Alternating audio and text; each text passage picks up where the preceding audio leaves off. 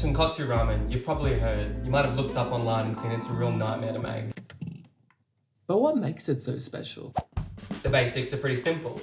It's a fatty, smooth pork broth mixed with a light taro, typically topped with the classic jammy egg, and that rich char-siu that you know is going to give you really funky pork and juice streams if you have that extra slice, which of course you will. Today we're going to make the real thing. Traditional tonkotsu ramen, nothing spare. As Mum would say, We have tonkotsu ramen at home. there seems to be a lot of conflicting ideas and information online about tonkotsu ramen. After scouring the web over a couple of days, I kept coming back to two main recipes. The first one is the iconic Ramen Lord recipe, which has been posted on Reddit around 6 years ago. And I've used a lot of insight from Doobydobap's great video and recipe, which was inspired by that Ramen Lord one as well. So there are some slight variants, but I found that both of those made sense to me, so we're just gonna go with that. Okay, so I have a mix of pork bones that I got from the local butcher. I copied Ramen Lord's kind of split, which was around 50% of pork femur bone and 50% neck bone. I got them down to the local butcher, they were super helpful and they were able to kind of cut them up into kind of smaller pieces. So yeah, we're just filling this up just to about 2 inches over the top. I'm just gonna boil this to blanch it first. And after that, we're gonna scrub the bones, get them really clean. That's gonna help remove all of that gunk and help our end result be that kind of signature color that we're looking for. So you can see now how gross the bottom of this pot is from blanching it. So that's exactly why we want to do it, to get rid of all that nasty gunk that's going to make our broth brown. When I was reading online, it seems like this is kind of a step a lot of people either miss or streamline through, and then they can end up with like a pretty cloudy, dirty broth, which is exactly what we didn't want to do. So I'm kind of spending a bit of time getting in there. It's a bit gross. A few bits have definitely flicked on my face. I've given these guys another rinse. We have a really clean bone with all the blood removed. I'm gonna put this back in here with the pork fat. So following Ramen Lord recipe, we're putting in about 10% against the weight of the bone. So we have about 360 grams here. What this is gonna do is it's gonna break down and it's gonna give us that really creamy, fatty flavor when it breaks down in the broth. And then I'm gonna place the bones in as well. And I'm gonna fill it about 2 inches from the top, and then I'm gonna bring it to a rolling boil and then put the lid on top. You really wanna have a constant rolling boil. It doesn't need to boil over, but still the surface bubbling away, because this is gonna churn the fatty composite down and actually break it down and give us a really gelatinous soup. We'll keep an eye out on the color and consistency and top up with water where necessary. It's actually pretty simple and just a game of patience from here. After this, we'll remove all the gunk with a strainer and pour it through a sieve. And then we'll use a cheesecloth to really refine it, and we'll just have a really smooth buttery broth. So this is the final color we're looking for. And you can see that we have that really, really milky bone color, which is the real color we're after. I'm actually pretty surprised at this. I was kind of preparing to show you guys a bit of a brown broth. I think scrubbing the bones that much and soaking them the night before is what really paid off in us getting this color. Now we're gonna make our taro, which is the sauce. So we're gonna use that for a couple of things. We're gonna use it for our jammy eggs, for them to marinate overnight. And we're also gonna use them for our char-siu pork to get that really rich, salty flavor. All right, first we're gonna do is char off these bad boys.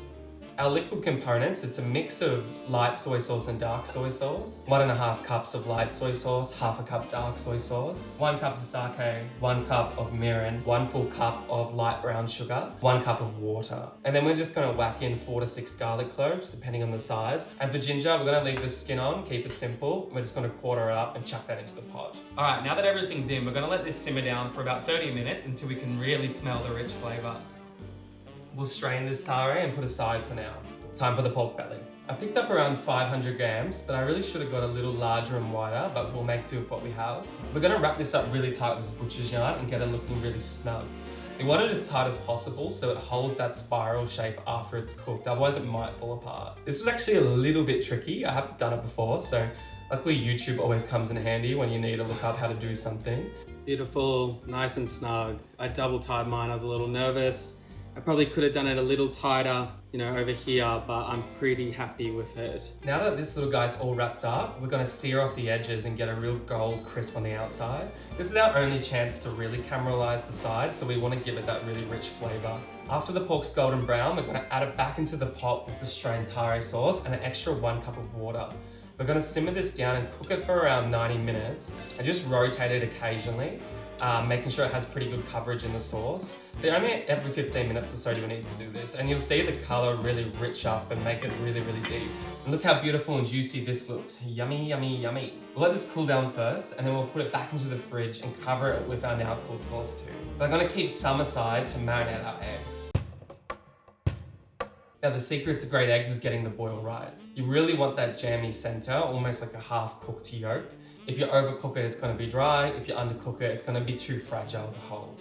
So we're going to add them to boiling water for just 6.5 minutes. And we already want the water boiling. This is going to make it really easy to peel later. We'll transfer these into an ice bar for running cold water to rapidly cool down and stop the cooking.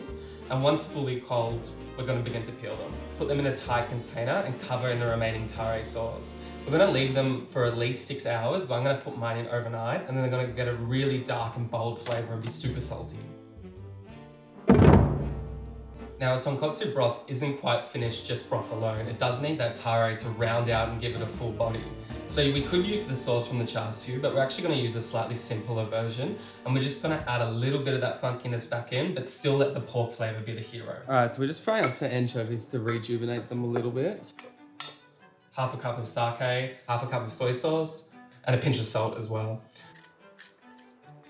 And this is just going to give us that slightly fishy taste to help round out the flavour of the salty pork broth. Once that's simmered down a little bit and we've cooked out that sake, we're going to add in the kombu. We're going to use 5 3x3 inch slices of kombu, which is a Japanese seaweed that we've rehydrated overnight, but you only need to do this for about half an hour or so. Turn off the heat and let that sit aside for now. Okay, it's the next day now, and our char siu's been resting in the fridge. It's firmed up quite well too. So moment of truth, let's give it a cut and see if it's held its shape. I'm gonna cut this with a serrated knife. I think it's gonna be a little easier to get something really fine. And it's okay if you see a little bit of pink in the middle, because we're gonna crack into it with a blowtorch to get a great spot of color and caramelize the surface. This is my first time using a kitchen blowtorch, but should be fine. Be safe as always. We're just trying to scorch these slightly and burn out some of that fat until they look really perfect and sexy. I'm not going to be too ambitious and make the noodles today. I've just opted for some store-bought ramen noodles from the local grocer. I prefer mine a little bit hard when I cook them, so I'm going to underboil them just slightly. We're going to go pretty simple with our serving today. Sesame seeds, which I'm just going to toast up slightly in the pan. A fish cake, which you really can't unsee from a bowl of ramen now. These are called narutos. And finally, some spring onion. Now, there's only one thing left to do before we dig in.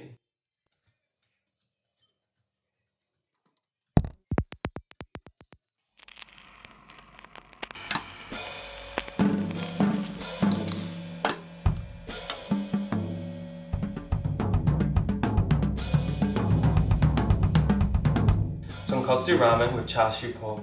Rich, fatty, beautiful colour. The perfect dish to absolutely demolish in a few minutes with a beer.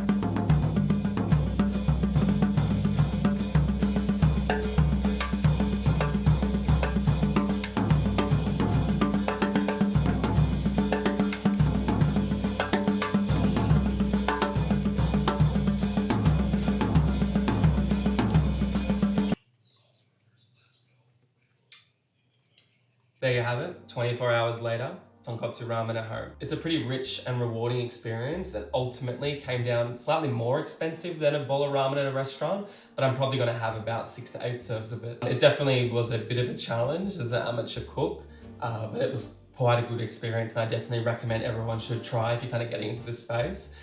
Again, check out Doobydobap's recipe and Ramen Lord's one. It's definitely the go-to source of all things tonkotsu ramen at the moment. That's all for now. See you next time for We Have That at Home.